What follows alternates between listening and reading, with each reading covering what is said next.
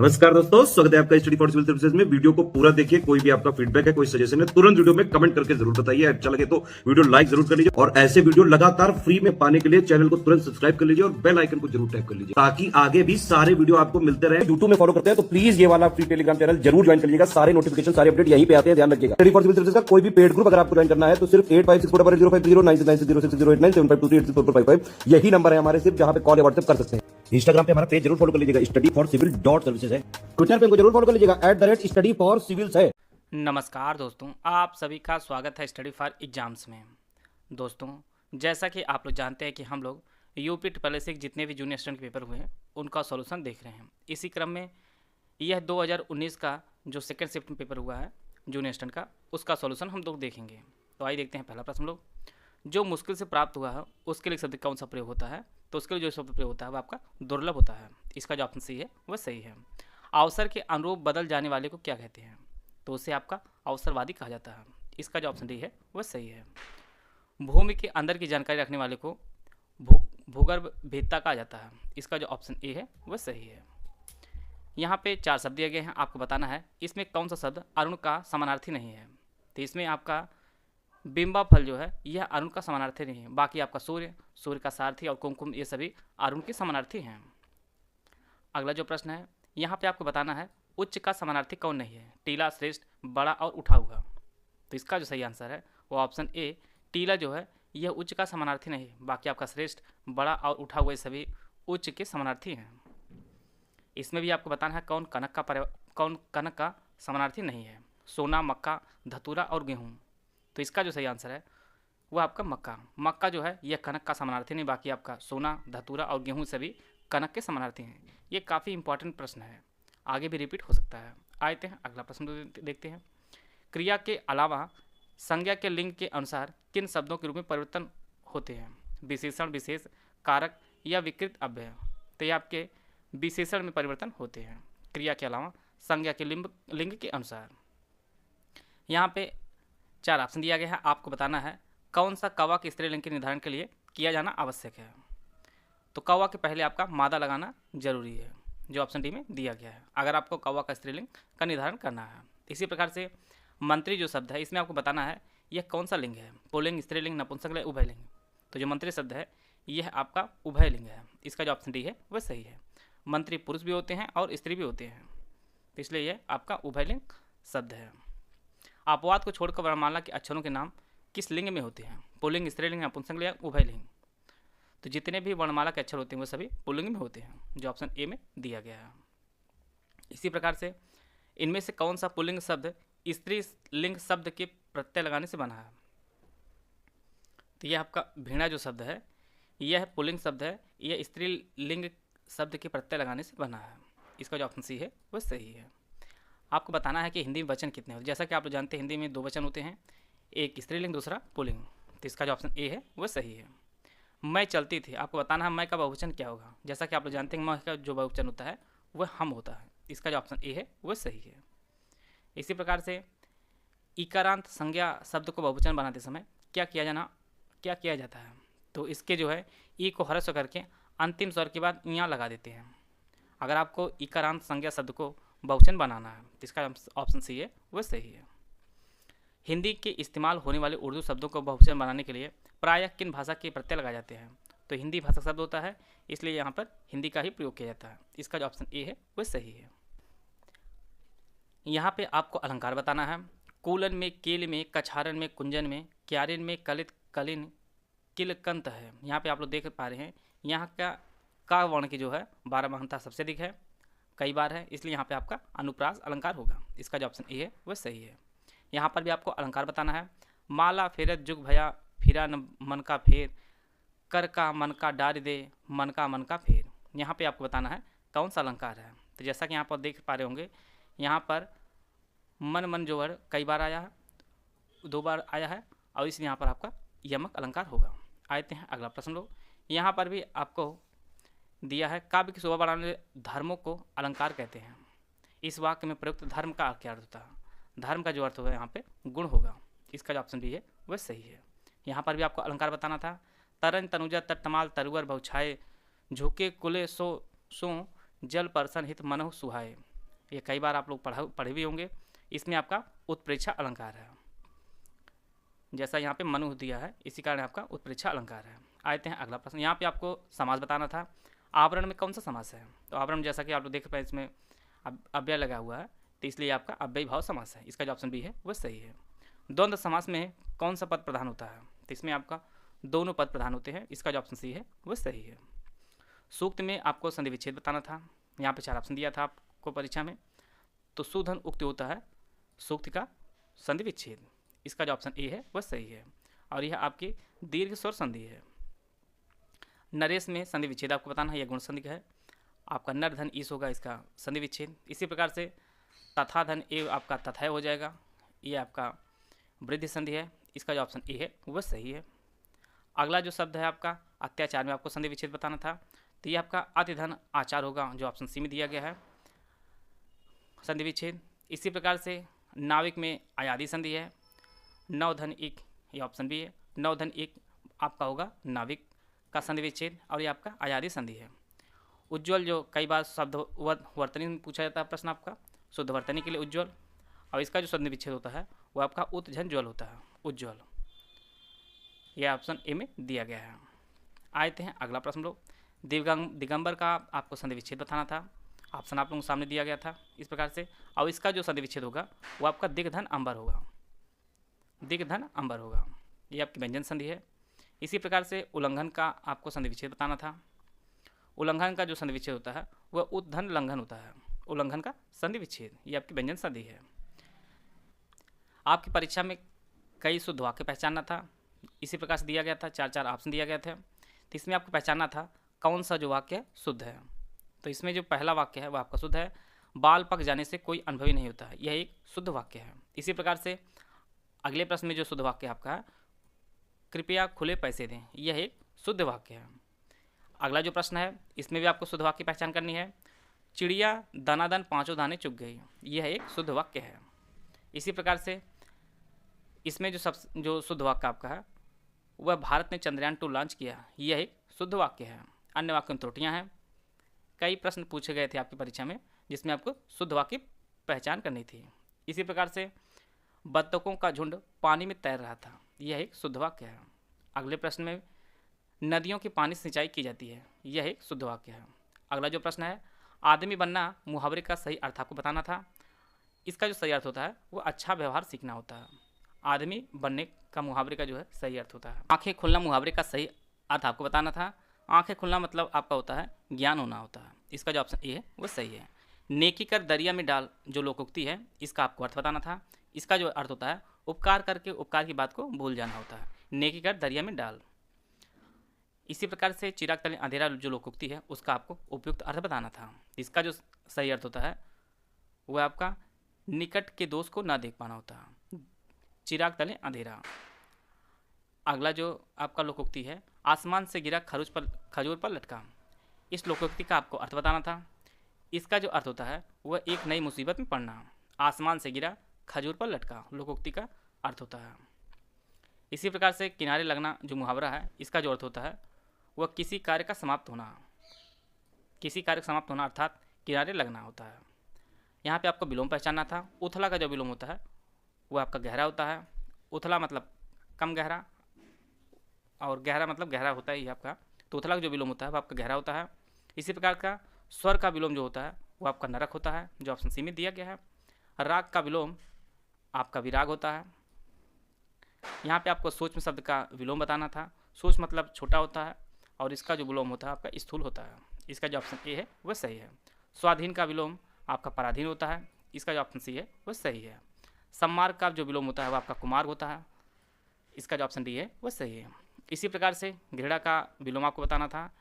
घृणा का जो विलोम होता है आपका वह प्रेम होता है।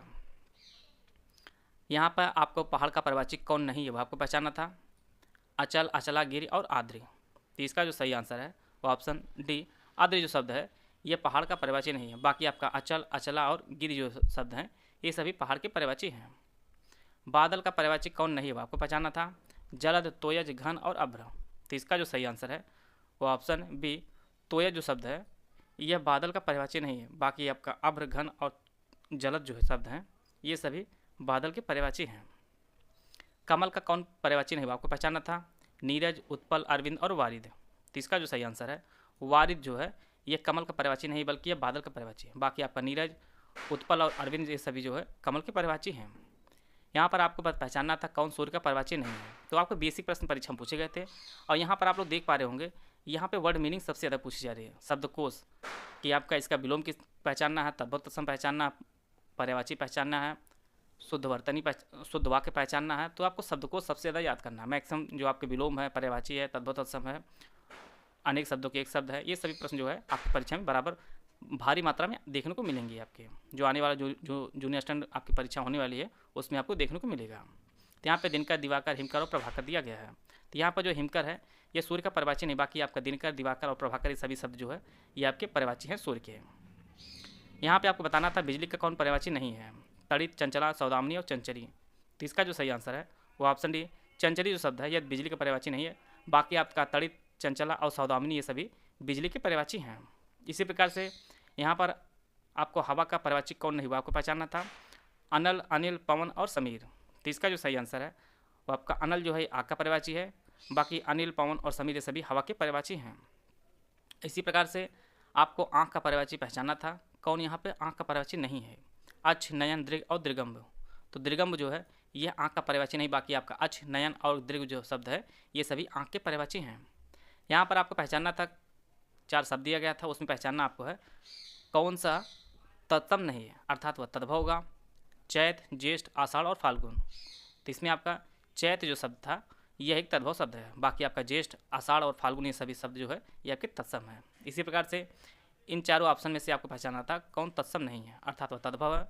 तो जैसा कि आप लोग जानते हैं यहाँ पर आपका पहुनु जो शब्द दिया गया है यह शब्द आपका तद्भव है। बाकी आपका नरक, स्वर्ग और खग जो है ये सभी आपके तत्सम शब्द है। इसी प्रकार से इनमें आपको पहचानना था कौन सा तत्सम नहीं है? पुष्प, पहुप, सुमन और प्रसून। तो इसमें जो है पहुप जो शब्द है यह एक तद्भव शब्द है। बाकी आपका पुष्प, सुमन और प्रसून ये सभी जो है तत्सम शब्द है। नेह, नग्न, क्षमा और नख में आपको पहचानना था कौन सा तत्सम नहीं है? तो इसमें आपका नेह जो शब्द है यह एक तद्भव शब्द है। बाकी आपका नग्न, क्षमा और नख शब्द जो है यह आपके तत्सम शब्द है। धरती, दीपावली, नेवला और नाच, इसमें आपको पहचानना था कौन तद्भव नहीं है। इसको आप लोग ध्यान दीजिएगा, ये तद्भव पूछा जा रहा है, कौन तद्भव नहीं है? तो इसमें जो है दीपावली जो शब्द है यह एक तत्सम शब्द है। बाकी आपका धरती, नेवला और नाच ये सभी जो है तद्भव शब्द है। इस प्रकार हम लोग 60 हिंदी के प्रश्न देख लिए हैं। आप लोग हम जीएस के प्रश्न देखेंगे। जीएस के प्रश्न हम लोग देखेंगे। जीएस का जो पहला प्रश्न है वह आपका इस प्रकार का है। उत्तर प्रदेश में भारतीय वाणिज्य एवं उद्योग मंडल जिसे एसोचैम कहा जाता है की स्थापना किस वर्ष की गई थी? 1991, 1994, 1999 या 2001। तो इसका जो सही आंसर है वो ऑप्शन बी 1994 में एसोचैम की स्थापना जो है वह की गई थी। इसका जो ऑप्शन बी है वह सही है। अगला जो प्रश्न था, उत्तर प्रदेश सरकार की एक जिला एक उत्पाद योजना का लक्ष्य उत्तर प्रदेश में स्वदेशी और विशेष उत्पाद को प्रोत्साहित करना था। जैसा कि आप लोग जानते हैं कि वन डिस्ट्रिक्ट वन प्रोडक्ट जो है वो आपका 24 जनवरी 2018 को शुरू किया गया था। इससे पहली शिफ्ट में भी प्रश्न पूछा गया और सेकंड शिफ्ट में भी प्रश्न पूछा गया। और जैसा कि आप लोग जान रहे हैं कि मैं यूपी करंट अफेयर की सीरीज शुरू किया हूँ, उसमें जितने भी यूपी करंट अफेयर है और यूपी जी के हैं सारी चीज़ें धीरे धीरे कवर की जाएगी। आप लोग का वीडियो जरूर देखिएगा। अगला जो प्रश्न था, उत्तर प्रदेश सरकार ने वर्ष 2018 में यूपी खादी नामक ब्रांड के तहत राज्य में निर्मित खाद्य वस्त्र के संवर्धन हेतु किसके साथ जो है समझौता पर हस्ताक्षर किया था? तो यह जो है अमेजान के साथ समझौता किया था उत्तर प्रदेश सरकार ने 2018 में। अगला जो प्रश्न था, यह जो प्रश्न है इसको आयोग ने हटा लिया है क्योंकि आयोग इस प्रश्न जो है वह गलत ऑप्शन दिया था। उत्तर प्रदेश में कहाँ पर कृषि कुंभ 2018 का आयोजन किया गया था? तो यह आपके लखनऊ में कृषि कुंभ का आयोजन किया गया था 2018 में। अगला जो प्रश्न है, उत्तर प्रदेश में के प्रचार हेतु कन्या सुमंगला योजना की शुरुआत की गई थी। तो कन्या सुमंगला योजना की जो शुरुआत की गई थी वो लड़कियों के लिए स्वास्थ्य और शैक्षणिक मानक के प्रचार हेतु जो है कन्या सुमंगला योजना की शुरुआत की गई थी। इसका जो ऑप्शन डी है वह सही है। उत्तर प्रदेश में हेतु सबरी संकल्प अभियान शुरू किया गया था। सबरी संकल्प अभियान आपका कुपोषण को दूर करने के लिए शुरू किया गया था उत्तर प्रदेश में। अगला प्रश्न है, किशोरी बालिका योजना वर्ष में 300 दिनों के लिए विद्यालय में उपस्थित ना होने पर लड़कियों को संतुलित आहार प्रदान करने की पेशकश जो है वह करती है, जो ऑप्शन डी में दिया गया है। किशोरी बालिका योजना के तहत प्रधानमंत्री किसान सम्मान निधि योजना के तहत लाभ प्राप्त करने के संबंध में उत्तर प्रदेश राज्य को कौन सा स्थान प्रदान किया गया है? तो इसे जो है उत्तर प्रदेश को पहला स्थान प्रदान किया गया है प्रधानमंत्री किसान सम्मान निधि योजना के तहत। अभी जो Uttar Pradesh current affair series में शुरू किया हूँ उसमें भी यह क्वेश्चन जो है वह कवर किया गया है। तो जितने भी क्वेश्चन हो सकता है आपकी परीक्षा के लिए उपयोगी उन सभी को सीरीज में जो है वह कवर किया जाएगा। अगला जो प्रश्न है, उत्तर प्रदेश राज्य की पारंपरिक अर्ध ऐतिहासिक कहानियों तथा गाथा गीत का नृत्य नाट्य है। तो यह आपका स्वांग जो है नृत्य जो है यह उत्तर प्रदेश राज्य की पारंपरिक अर्ध ऐतिहासिक कहानियाँ और गाथा गीत का नाट्य नृत्य है। इसका जो ऑप्शन सी है वह सही है। हरदौल कथा विशेष रूप से यह बुंदेलखंड क्षेत्र में लोकगीत के रूप में जो है गाया जाता है। तो यह ऑप्शन बी में इसका सही है। इसी प्रकार से जो झूला नृत्य है यह आपका उत्तर प्रदेश एवं बिहार के बारिश के समय जो है लोकप्रिय मनोरंजन है। तो यह ऑप्शन ए इसका सही है। झूला जो है आपके उत्तर प्रदेश और बिहार में जो है लगाया जाता है बारिश के मौसम में। 103वां जो प्रश्न है, 2017-18 के अनुसार दालों के वैश्विक उत्पादन में भारत का कौन सा स्थान है? तो भारत का दालों में उत्पादन आपका पहला स्थान रहा है 2017-18। श्वेत क्रांति से भारत में विश्व का सबसे बड़ा उत्पादक देश बन गया है। तो इसका जो ऑप्शन बी है वो सही है। 2009 में चाय के किस कंपनी ने भारत में अभी तक सबसे महंगी चाय की पेशकश की है? तो इसका जो सही आंसर था उस समय वो टी बॉक्स था। आप लोग कमेंट बॉक्स में बताइएगा कि वर्तमान में सबसे महंगी चाय जो है किस कंपनी ने जो है बेची है। अगला जो प्रश्न है, जुलाई 2019 में निम्नलिखित में से किसी यूनाइटेड किंगडम का प्रधानमंत्री चुना गया था? तो उस समय जो है बोरिस जॉनसन चुने गए थे। और जैसा कि आप लोग अभी हाल ही में देख पा रहे होंगे सुनक जो है वह यूके के नए प्रधानमंत्री चुने गए हैं। अगला जो प्रश्न था, निम्नलिखित में से कौन टूर डी फ्रांस 2019 का विजेता बना था? तो 2019 में यह विजेता बने थे वो आपका ईगल बर्नियल बना था। इसका जो ऑप्शन डी है वो सही है। किस राष्ट्र ने 2019 विश्व जल क्रीड़ा प्रतियोगिता का आयोजन किया था? तो यह जो प्रतियोगिता आयोजित की गई थी वो आपके दक्षिणी कोरिया में आयोजित की गई थी, वर्ल्ड एक्रेटिक चैंपियनशिप। अगला जो प्रश्न है, 2019 के अनुसार निम्नलिखित में से भारत में कौन सा शहर की आबादी जो सबसे अधिक है? किस शहर की जो आबादी है सबसे अधिक है? तो आपके मुंबई की सबसे अधिक आबादी भारत में। और जीएसटी कितने घटकों में विभाजित किया गया? आपका 2 घटकों में विभाजित किया गया है जीएसटी को, जिसे 1 जुलाई 2017 को लागू किया गया है। अगला जो प्रश्न है, जन्म और मृत्यु के पंजीकरण अधिनियम किस वर्ष लागू किया गया था? तो यह आपका 1969 से लागू किया गया था, जन्म और मृत्यु के पंजीकरण का अधिनियम। इसी प्रकार से कराधान कानून संशोधन अधिनियम 2017 ने यह आपके जीएसटी प्रतिपूर्व उपकर से स्वच्छ ऊर्जा उपकर को प्रतिस्थापित कर दिया है। अगला जो प्रश्न था, 2019 के अनुसार भारत किस राज्य की शहरी जनसंख्या सबसे अधिक है? तो सबसे अधिक जो शहरी जनसंख्या आपकी वो आपके महाराष्ट्र की है। अगला जो प्रश्न है, भारत में किस राज्य ने सर्वप्रथम पंचायती राज की शुरुआत की थी? ये कई बार रिपीटेड प्रश्न है। इसका जो ऑप्शन बी है वो आपके राजस्थान है। आते हैं अगला प्रश्न लोग, भारत में जो है EWS जो पारित किया गया है किस संविधान संशोधन द्वारा? तो ये आपका 103वां जो है संविधान संशोधन द्वारा EWS जो है वो पारित किया गया है। इसी प्रकार से किस वर्ष में संविधान का संशोधन सर्वप्रथम किया गया था? तो आपका पहला जो संशोधन हुआ था संविधान में वो आपका 1951 में किया गया था। निम्नलिखित में से कौन ग्राम पंचायत के सर्वप्रथम महिला सरपंच है? तो छवि राजावत हैं, यह सर्वप्रथम महिला सरपंच हैं पंचायत की। अगला जो प्रश्न था, भारत का सर्वप्रथम डिजिटल पंचायत वार्ड कौन सा था? तो ये आपका केरल था, भारत का सर्वप्रथम डिजिटल पंचायत। जैसा कि आप जानते हैं केरल सबसे अधिक जो है साक्षर वाला राज्य है, तो वहाँ पर सर्वप्रथम डिजिटल पंचायत वार्ड भी है। अगला जो प्रश्न है, यहाँ पे आपको बताना था पश्चिमी घाट का सर्वोच्च शिखर कौन सा है? तो ये आपका अनाईमुड़ी है, जो पश्चिमी घाट का सर्वोच्च शिखर है। इसी प्रकार से अगला जो प्रश्न है, निम्नलिखित में से कौन सा विकल्प लघुत्तर हिमालय में पर्वत की सबसे लंबी पर्वतमाला है? तो ये आपका पीर पंजाल पर्वतमाला है, जो लघुत्तर हिमालय में पर्वत की सबसे लंबी पर्वतमाला है। यूरेशिया प्लेट और भारतीय प्लेट के टकराव से सिकुड़न के परिणाम स्वरूप निर्मित लंबवत घाटियों को डंस कहा जाता है। इसका जो ऑप्शन डी है वो सही है। इसी प्रकार से प्राचीन विशाल एकीकृत महाद्वीप जिसे सुपर कॉन्टिनेंट के नाम जाना जाता है, पैंजिया का दक्षिणी भाग है, जिसके उत्तरी भाग में अंगारा द्वीप है। तो ये आपके गोंडवाना भूमि के बारे में पूछा जा रहा है। इसका जो ऑप्शन डी है वो सही है। अगला जो प्रश्न है, प्रायद्वीपीय पहाड़ी मैदान की एक अनोखी विशेषता काली मिट्टी का क्षेत्र है, जिसे दक्कन ट्रैप के नाम से जाना जाता है। इसका जो ऑप्शन बी है वो सही है। चिल्का जो झील है यह उड़ीसा में स्थित है और यह भारत के सबसे बड़ी खारे पानी की झील है और यह आपके महानदी डेल्टा के दक्षिणी ओर स्थित है। इसका जो ऑप्शन डी है वो सही है। भारत के governor general Lord William Bentinck ने सती को समाप्त करने के लिए वर्ष 1929 में कानून लाए थे। इसका जो ऑप्शन सी है वह सही है। किस वर्ष में गुरु गोविंद सिंह ने बैसाखी दिवस को आनंदपुर साहिब में सिखों की सामान्य बैठक बुलाई थी और खालसा अथवा पवित्र की नींव रखी थी? इन्होंने जो बैठक बुलाई थी वह 1679 में बुलाई थी। इसका जो ऑप्शन ए है वह सही है। एलन ऑक्टेवियन ह्यूम एक सेवानिवृत्त अंग्रेजी ICS अधिकारी थे जिन्होंने भारतीय राष्ट्रीय कांग्रेस संघ का गठन किया था। इन्होंने 1884 में जो है इसका गठन किया था। इसका जो ऑप्शन सी है वह सही है। भारतीय राष्ट्रीय संघ का गठन जो है वह A.O. ह्यूम ने किया था 1884 में। इसका जो ऑप्शन सी है वह सही है।